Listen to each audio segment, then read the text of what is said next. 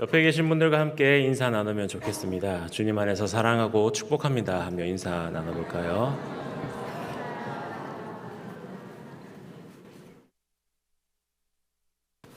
잘 돼 있나요? 집에 같이 계시는 분이 넥타이 계속 삐뚤어진다고 뭐라 하셔가지고 한번 확인해 봤습니다. 네, 그런 김에 옆에 분과 다시 한번 인사 나눠볼까요? 오늘 가장 멋지십니다 라고 인사 나눠볼까요? 네, 멋지십니다. 네. 1970년 4월 11일 세계적으로 참 큰 사건 하나가 일어났습니다. 바로 달 탐사를 위해서 쏘아 올린 아폴로 13호, 그 아폴로 13호가 발사 후 56시간 정도 지난 후에 연료 산소 탱크에 이상이 생겨 폭발이 일어났습니다. 그래서 우주선에 있던 우주인들이 지구로 돌아오지 못하고 목숨을 잃을 그런 위기에 처했습니다. 우주 다큐멘터리를 보신 분들은 아시겠지만 그래서 가장 유명한 대사 휴스턴 문제가 생겼다라는 유명한 메시지가 바로 이 사건에서 등장하게 됩니다. 위급 상황에서 나사의 그런 지상 관제 센터에서는 왜 우주선에서 폭발이 일어났는지 원인을 해명하기 위해 노력하였습니다. 그 내부 상태를 분석하고 문제의 원인이 무엇인지를 파악을 했습니다. 그리고 원인을 분석한 뒤에 제한된 자원 그리고 한정된 시간 안에서 그 문제를 해결할 방법이 무엇인지 정말 여러 가수로 애쓰고 최선을 다했습니다. 그래서 이 사건을 영화로 만든 영화도 있었는데요. 그것은 이름이 아폴로 13이라는 영화입니다. 이 영화를 보면 지상에 남겨져 있던 연구원들이 그들을 살리기 위해서 얼마나 노력하고 애썼는지를 우리가 살펴볼 수가 있습니다. 그런 그들의 노력 끝에 아폴로 13호는 무사히 지구로 귀환할 수가 있었습니다. 문제의 원인이 무엇인지 정확하게 밝혀내고 그 문제를 해결하기 위해 노력한 덕분에 아폴로 13호는 무사히 지구로 올 수가 있었던 것이죠. 이렇게 사건이 발생했을 때 원인은 파악하는 것이 얼마나 중요한지를 우리에게 보여주는 이 중요한 예시가 되어버렸습니다. 우리는 잘 알고 있습니다. 모든 일에는 원인이 있다라는 것을요. 그렇기 때문에 그 원인을 알면 우리 앞에 놓여져 있는 그 문제도 해결할 수가 있고 또 그 문제를 뛰어넘어 더 나은 방법으로 우리의 삶을 이끌어 나갈 수도 있게 되는 것입니다. 그래서 공부하는 학생들, 특별히 수능 시험을 준비하는 학생들에게 오답 노트가 참 중요하다고 이야기를 하죠. 자신이 무엇을 모르고 있는지, 어떤 문제들을 틀리는지, 어떤 실수를 반복하는지를 그 오답 노트를 통해서 원인을 분석하고 대처할 수 있기 때문입니다. 이렇게 많은 사람들이 자신이 놓여 있는 문제의 원인을 찾기 위해서 많은 노력을 기울입니다.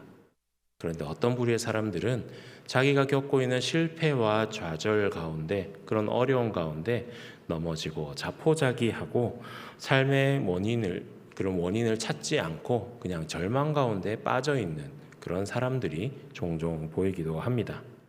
원인을 찾고 고쳐 나가려는 의지보다는 실패 자체에 그 의욕을 상실하게 되고 좌절하고 모든 것을 포기하고 심지어 그 일의 원인을 다른 곳에 두고 원망을 하는 일까지도 일어나고 있습니다. 오늘 읽은 본문에는 좀 큰 실패, 큰 절망이 등장을 합니다. 이 실패와 좌절은 이스라엘 백성들에게 과연 어떠한 모습으로 다가왔는지 한번 보도록 하겠습니다. 오늘 읽은 열왕기하 17장의 말씀, 이 말씀 가운데 북이스라엘이 드디어 멸망의 길을 걷게 되었습니다. 열왕기서의 저자는 북이스라엘이 어떻게 멸망하였는지 상세히도 기록을 하고 있습니다. 먼저 6절 말씀을 우리 함께 같이 읽어보도록 하겠습니다. 호세아 제9년에 아수르 왕이 사마리아를 점령하고 이스라엘 사람을 사로잡아 아수르로 끌어다가 고산 강가에 있는 할라와 하볼과 메대 사람의 여러 고을에 두었더라. 아멘. 호세아 왕이 통치하던 시대였다고 이야기를 합니다. 성경은 이 호세아 왕에 대한 평가를 내릴 때 여호와 보시기에 악을 행하기는 하였지만 다른 왕들, 그전 이스라엘 왕들 같지는 아니하였다라고 평가를 합니다. 악한 모습을 보여주기는 하였지만 이전 왕들처럼 극악무도한 악인은 아니었다라고 성경은 평가를 하고 있는 것이죠. 그런 호세아 왕이 다스리던 때 3절 말씀을 보니 아수르가 올라오니, 다시 말해서 아수르가 북이스라엘을 침략하였다라고 기록을 합니다. 아수르가 쳐들어오니까 이 호세아는 모든 것을 다 내려놓고 항복을 합니다. 그리고 아수르에 조공을 바치기로 약속을 하죠. 그렇게 몇 해가 흘렀을까요? 계속해서 조공을 바치다 보니 이제 이것은 더 이상 안 되겠다라는 생각이 들었을까요? 호세아는 아수르에서 벗어나기 위해서 이웃 나라인 강대국인 애굽에게 도움을 청하기로 하였습니다. 그래서 아수르에 바치던 조공을 더 이상 바치지 않게 되고 애굽에게 사절단을 보내어서 자기를 도와달라고, 우리나라를 도와달라고 이야기를 하였던 것이죠.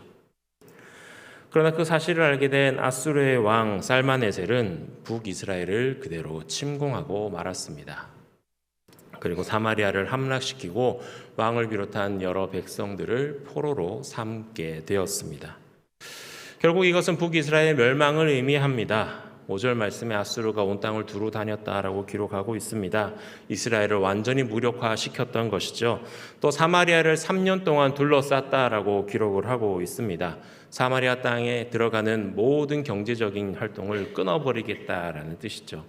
경제적으로 끊겼을 때 어떤 고통이 오는지 이스라엘 백성들은 이미 알고 있었습니다.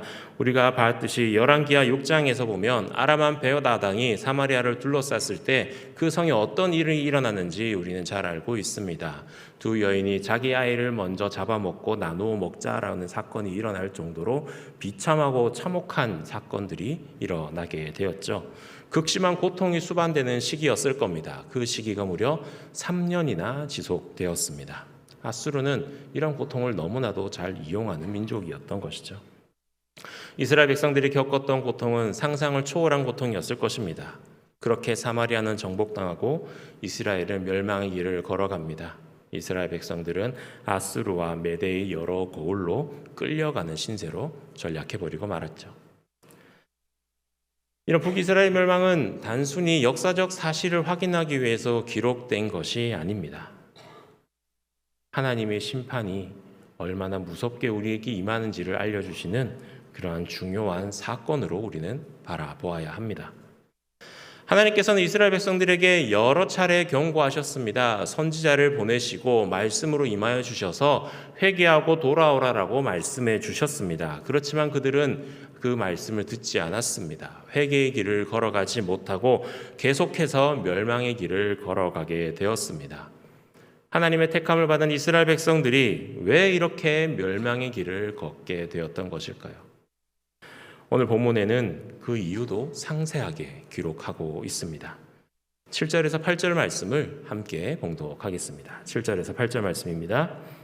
이 일은 자기를 애굽 땅에서 인도하여 내사 애굽의 왕 바로의 손에서 벗어나게 하신 그 하나님 여호와께 죄를 범하고 또 다른 신들을 경외하며 여호와께서 이스라엘 자손 앞에서 쫓아내신 이방 사람의 규례와 이스라엘 여러 왕이 세운 율례를 행하였습니다. 아멘. 이스라엘 백성들이 하나님이 아닌 다른 신들을 섬겼다, 우상을 섬겼다라고 이야기합니다. 그런데 성경은 한 왕이 우상을 섬겼기 때문에 이런 멸망에 이르렀다고 이야기하지 않습니다. 성경에는 이스라엘 자손이 우상을 섬기고 여호와 앞에 죄를 범했다라고 기록을 하고 있습니다.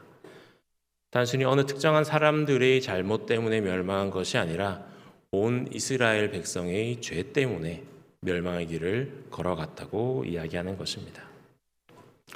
특별히 이스라엘 자손들이 우상 이방 왕들을 경외했다고 했습니다. 왕이 영향력을 발휘하는 것 맞습니다. 왕은 큰 권력을 가지고 있죠.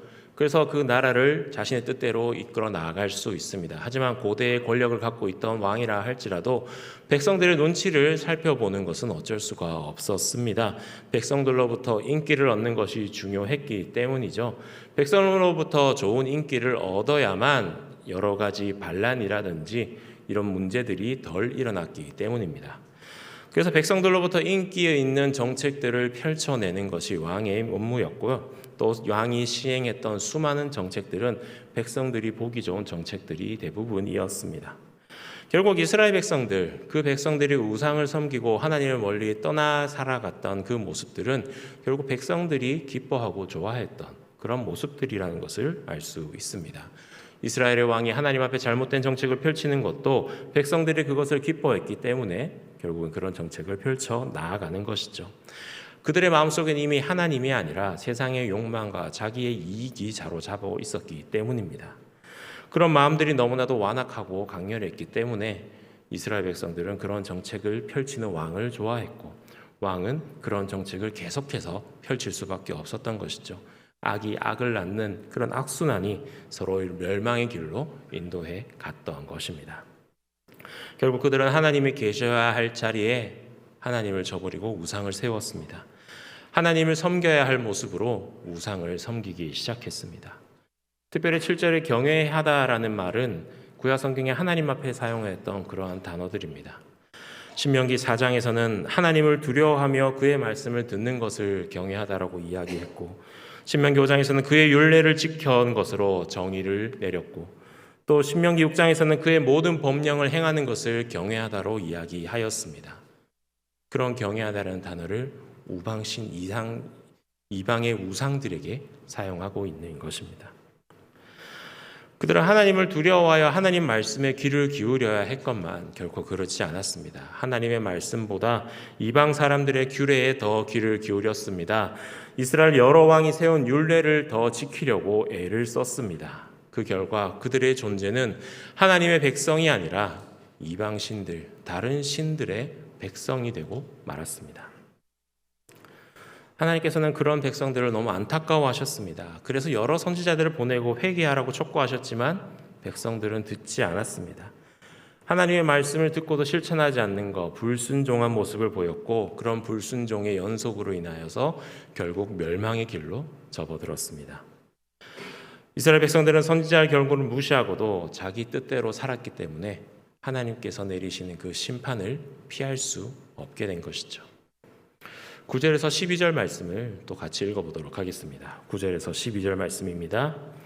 이스라엘의 자손이 점차로 불의를 행하여 그 하나님 여호와를 배역하여 모든 성읍의 망대로부터 견고한 성에 이르도록 산당을 세우고 모든 산 위에와 푸른 나무 아래에 목상과 아세라상을 세우고 또 여호와께서 그들 앞에서 물리치신 이방 사람같이 그 모든 산당에서 분향하며 또 악을 행하여 여호와를 경노하게 하였으며 또 우상을 섬겼으니 이는 여호와께서 그들에게 행하지 말라고 말씀하신 일이라. 아멘.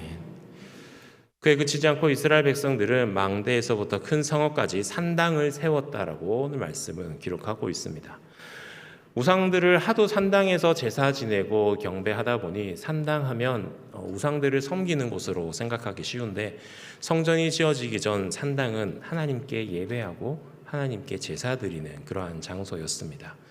그 유명한 솔로몬의 일천본대도 기브온 산당에서 드려졌던 것이고요. 또 사무엘상 9장에 보아도 산당에 올라가는 선지자의 모습을, 선견자의 모습을 우리는 확인할 수가 있습니다. 하지만 시간이 흐르면 흐를수록 산당에서는 하나님께 예배하는 그 예배의 소리보다 우상들을 섬기고 우상에게 제사 지내는 소리가 더 많아지게 되었습니다. 그리고 그러한 산당들이 망대로부터 큰 성읍에 이르기까지, 결국 작은 곳에서 큰 곳에 이르기까지 이스라엘 전역에 세워지게 되었다는 것입니다. 이스라엘은 아수르에 끌려가기 이전에 이미 그들의 정체성을 잃어버린 그러한 이방의 모습으로 바뀌게 되었던 것이죠. 또 성경은 그들이 나무 아래 목상을 세웠다라고 이야기를 합니다. 목상을 직역하면 기둥이라는 뜻을 가지고 있습니다. 성경에는 유명한 두 기둥이 나오죠. 악인과 보아스라는 기둥이 떠오르게 됩니다. 이 기둥은 하나님을 예배하고 그 앞에서 하나님의 말씀을 듣고 하나님을 만나던 그런 성전에 있던 도구와 같은 역할을 하였습니다. 그런 두 기둥이 이방신을 섬기고 예배하는 데 사용될 정도로 이스라엘은 변화되고 타락하였다라는 것이죠. 성경은 이렇게 북이스라엘이 멸망하였다, 북이스라엘이 멸망한 원인은 이러하다라고 우리에게 이야기해 주고 있습니다. 그럼 북이스라엘의 멸망의 원인을 들은 여러분들은 어떤 생각이 드십니까? 이스라엘 백성들이 한 행동을 보니 벌을 받을 만하다, 멸망할 만하다, 하나님께서 참 많이 참으셨구나, 당해도 싸네, 그리고 저자가 분석을 잘 했네, 이런 생각들로 고개를 끄덕이고 계시지는 않으신지요? 그런데 사실 이것은 그렇게 가볍게 생각할 문제는 아닙니다. 왜냐하면 그 이스라엘 백성들이 지었던 삶의 모습이 우리가 지금 살아가고 있는 모습과 많이 닮아 있기 때문입니다. 그래서 이는 우리에게도 동일하게 적용될 수 있는 문제이기 때문입니다. 많은 사람들이 세상의 유익을 쫓아갑니다. 심지어 믿음이 있는 믿는 사람이라 할지라도 큰 유익이 눈앞에 있으면 잠시 신앙을 접어버리는 것, 우리에게 일반적이지 않나요? 또 어떤 사람들은요, 그리스도인 외에 다른 사람들에게도 구원이 있다라고 이야기를 하고 다닌다고 합니다. 마치 북이스라엘 백성들이 그들의 구원이 하나님을 버리고 우상을 섬기는 데 있다고 한 것처럼, 또 하나님을 의지하는 것이 아니라 애굽을 의지하였던 것처럼 그렇게 하나님을 저버리는 사람들이 우리 주변에는 많이 있다라는 사실입니다. 우상이라고 하니까 나는 교회도 나가고 하나님을 믿는다고 고백도 했고 신앙도 있으니까 나랑은 상관없는 이야기다라고 생각하실 수도 있습니다. 그런데 그런 생각이 더 우리를 위험하게 한다는 거 아시는가요? 우상은 그저 눈에 보이는 그 신과 같은 존재만 이야기하는 것은 아닙니다. 눈에 보이지 않더라도 우리가 하나님보다 더 사랑하고 하나님보다 더 의지하는 것은 그 어떤 것이든 우리에게 우상이 될 수 있습니다. 그래서 많은 사람들이 돈을 의지하고 권력을 의지하고 명예를 탐하고 그런 우상들을 섬기기 위해 정말 발버둥 치고 있는 것이죠. 물질주의와 소비주의가 만연해 있는 이 시대를 살아가는 우리 가운데도 분명 그런 모습이 존재한다는 겁니다. 많은 사람들이 이런 것들에 마음을 빼앗기고요. 심지어는 어떤 사람들은 이런 것들 때문에 하나님의 말씀을 이용하는 일까지도 심심치 않게 일어나고 있습니다. 또 이스라엘 백성들은 하나님의 말씀보다 이방의 규례와 왕이 세운 율례, 다시 말하면 사람의 말에 더 귀를 기울였다고 하는데 여러분들은 하나님의 말씀을 더 기울이시느냐요? 아니면 사람의 말을 더 귀 기울이시는지요? 하나님의 말씀을 듣고도 우리의 삶에서 실천하지 않을 때가 참 많이 있지 않습니까? 하나님의 말씀에 귀를 기울이고 순종하면서 살아야 한다고 다짐하고 또 맹세하면서 살아가지만 세상에 나아갔을 때 우리 귀에 들려오는 그런 달콤한 세상의 유혹 가운데 흔들리는 경우가 얼마나 많이 있습니까? 하나님의 말씀대로 살아가고 하나님의 뜻대로 가겠다라고 이야기했지만 그런 목소리가 우리 귀에 들렸을 때 흔들리는 것이 우리의 솔직한 모습 아닐까요? 자신들의 구원자 되시는 하나님을 포기하고 우상을 섬기고 대신 하나님 대신에 애굽을 의지하였던 이스라엘의 최후가 어떻게 되었나요? 멸망의 길을 걸어갔습니다. 그들의 소망대로 구원을 얻고 기대대로 더 잘 살고 더 나은 삶을 살아갔던 것이 아니라 멸망의 길로 걸어가게 되었습니다. 이것이 오늘날 자기의 유익과 그릇된 신앙으로 그리스도를 버리는 자들이 만나게 될 결과라고 볼 수가 있겠죠. 과연 우리는 어떨까요? 우리도 똑같이 그러한 운명을 맞이하게 되는 것은 아닐까 걱정되게 됩니다. 그런데 열왕기서의 저자는 왜 이런 이야기들을 기록을 했을까요? 열왕기사의 저자는 학자들은 정확하게는 알지 못한다라고 이야기를 합니다. 하지만 유대교 전통에서는 탈무드와 비슷한 내용이 있는 걸로 보아서 예레미야가 저자일 것이다라고 이야기는 하지만 그것 또한 정확한 저자는 아니라고들 합니다. 하지만 저작 시기는 대체로 일치하는 편입니다. 바벨론 포로기 그리고 포로된 백성들이 귀환하는 시기, 그 시기에 쓰여졌을 것이다라고 이야기를 합니다. 바벨론 포로기로 인하여서 참 많은 백성들이 힘들어하였습니다. 자신들이 살고 있던 삶의 터전을 떠나서 낯선 땅에서 무시받고 천대받고 살아가는 것 결코 쉬운 일은 아니었겠죠. 큰 슬픔과 절망을 가져왔을 것입니다. 어떤 사람들은 예루살렘 성이 함락되고 파괴되고 성벽이 무너지는 것을 직접 보고 애통하였던 사람들도 있을 것이고, 그러한 이야기들을 부모 세대들에게 들어서 익히 알고 있었던 자녀 세대들도 분명 있었을 것입니다. 시편의 기자는 그러한 자신들의 처지와 마음을 다음과 같이 표현하였습니다. 우리가 바벨론의 여러 강변 거기에서 앉아서 시온을 기억하며 울었도다. 그 중에 버드나무에 우리가 우리의 수금을 걸었나니 이는 우리를 사로잡은 자가 거기서 우리에게 노래를 청하며 우리를 황폐하게 한 자가 기쁨을 청하고 자기들을 위하여 시온의 노래 중 하나를 노래하라 함이로라. 우리가 이방 땅에서 어찌 여호와의 노래를 부를까. 이런 고통받는 백성에게 왜 아픈 기억을 다시 살리는 그런 내용을 기록하였을까요? 왜 이렇게 고통스러워하는 백성들에게 실패한 그들의 역사를 다시 보여주었을까요? 그 이유는 원인을 알아야 다시금 같은 실수를 반복하지 않을 수 있기 때문입니다. 무엇이 잘못된 줄 알아야만 그 잘못을 고치고 한 걸음 더 나아갈 수 있기 때문인 것입니다. 소 잃고 외양간 고친다라는 속담이 있죠. 이미 일이 벌어진 뒤에는 손을 써도 소용이 없거나 너무 늦었다라는 것을 비판하기 위한 뜻을 가지고 있습니다. 쉽게 말해서 할 일을 하지 않아 놓고 뒤늦게 미련한 짓을 한다라고 말할 때 사용되는 속담이죠. 그런데 현대에는 이 소 잃고 외양간 고친다라는 속담을 다른 의미로 해석하는 경우도 종종 볼 수가 있습니다.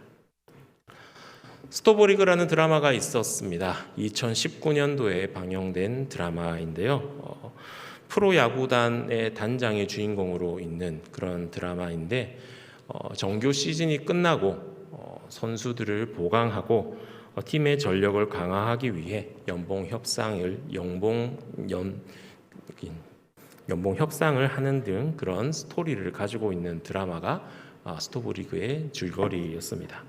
그런 에피소드들 가운데 한 가지가 있는데, 바로 한 선수가 프로팀에 입단하기 위해 스카우트에게 뇌물을 준 사건이 있었습니다. 그래서 단장과 여러 직원들이 그 사건을 파헤치면서 진실을 밝히기 위해 뇌물을 준 선수를 찾아가서 증인을 서줄 것을 요청하였습니다. 그때 그 선수가 화를 내면서 자신만 잘못된 사람이냐라고 하며 지금 소 잃고 외양간 고치라고 하냐라고 외칩니다. 그 외침의 주인공인 단장이 이렇게 이야기합니다. 네, 고쳐야죠. 소 한 번 잃었는데 왜 안 고칩니까? 그거 안 고치는 놈은 다시는 소 못 키웁니다. 열왕기서의 저자가 자신들의 흑역사를 이렇게 적나라하게 적어놓은 이유, 좌절되고 무너져서 낭망에 있는 포로된 백성들에게 다시 한번 그들의 암울했던 기억을 떠올리게 하는 이유, 바로 외양간을 고치지 않으면 소를 다시 키울 수 없기 때문입니다. 자신들이 잡혀온 원인, 자신들이 하나님 앞에 버림받았던 원인, 왜 자신들이 이렇게 살아갔는지 그 원인을 이제 알았으면 이제 고쳐야 하지 않겠느냐는 그런 저자의 간절한 외침인 것입니다. 우리가 지금 이렇게 포로되고 이렇게 무시당하고 있으니, 이런 원인이 우리에게 있으니 이제 그것을 고쳐 하나님께로 돌아가자. 하나님의 말씀에 순종하고 하나님을 다시 우리 마음의 중심에 놓고 하나님께로 나아가자라고 이렇게 외치고 있는 것입니다. 그리고 이 시대를 살아가는 우리에게도 동일하게 이야기를 합니다. 우리는 하나님을 떠나서 이렇게 멸망의 길로 걸어갔다. 우리가 하나님을 떠났고 하나님 말씀에 순종하지 않았기 때문에 이런 처참한 결과를 가지고 왔다.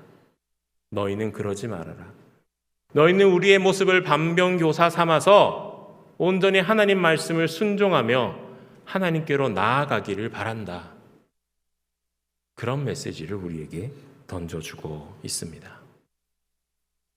우리는 이 사건을 경험하고 읽어 나아가면서 우리 자신을 돌아보고 또 돌아보면서 과연 우리는 어떠한 길을 걸어가고 있는지 우리의 모습을 점검해 볼 필요가 있을 것입니다. 사랑하는 성도 여러분, 오늘 이 말씀은 단순히 이스라엘 백성의 멸망을 기록한 역사적 기록이 결코 아닙니다. 하나님께서 이스라엘 백성들에게 주신 경고를 무시하고 그들 스스로가 원했던 길을 걸어갔을 때 하나님께서 이스라엘 백성들에게 어떤 길을 보여주셨는지, 그들이 멸망의 길을 걸어갈 수밖에 없음을 우리에게 전해주고 있습니다. 하나님을 떠나 다른 신들을 경외하였고 하나님의 말씀을 무시하였고 우상 숭배에 빠졌던 그들의 실패를 우리의 반면교사 삼아 우리의 삶에서 잘못된 길을 걸어가고 있는 부분이 무엇인지를 우리는 점검하며 나아가야 될 것입니다. 하나님께서 우리에게 주신 말씀에 귀를 기울이고 우리의 삶 속에서 말씀에 따라 변화하려고 노력하는 그런 열심이 우리 가운데 있어야 될 것입니다.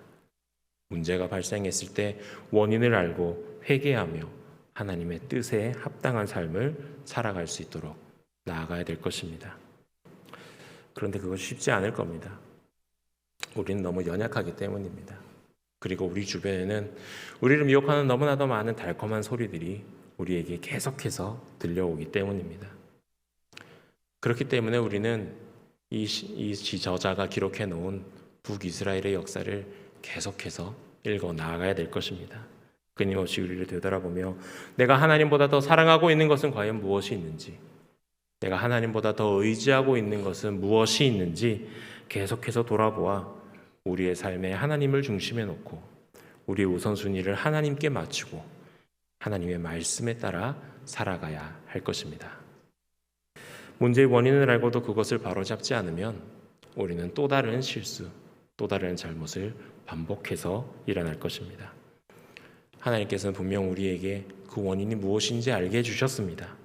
그리고 우리에게 회개하고 돌아올 수 있는 길을 열어주셨습니다. 우리는 그 길을 따라 우리의 삶을 바로잡고 하나님과의 올바른 관계를 회복할 수 있어야 할 것입니다. 하나님의 말씀을 통해 우리의 삶을 점검하고 그 말씀을 실천하는 삶을 살아가는 여러분들이 되시길 바랍니다. 그런 하나님의 말씀을 붙잡고 온전히 하나님께로 나아가실 수 있는 저와 여러분들 되시기를 주님의 이름으로 간절히 소원합니다.